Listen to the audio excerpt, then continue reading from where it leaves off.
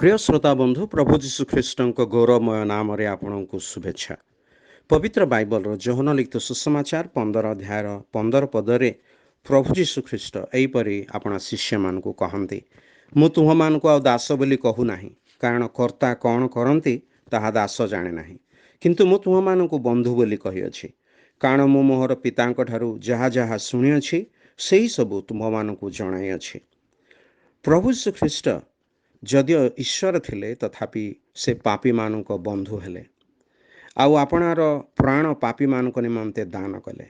मनुष्य जे कि पापर जन्म नहीं पापर जीवन काटुअछि पापर बंधन रे रहिअछि तथापि प्रभु श्रीकृष्ण विश्वास द्वारा से परित्राण और पाप क्षमा प्राप्त हो पारे।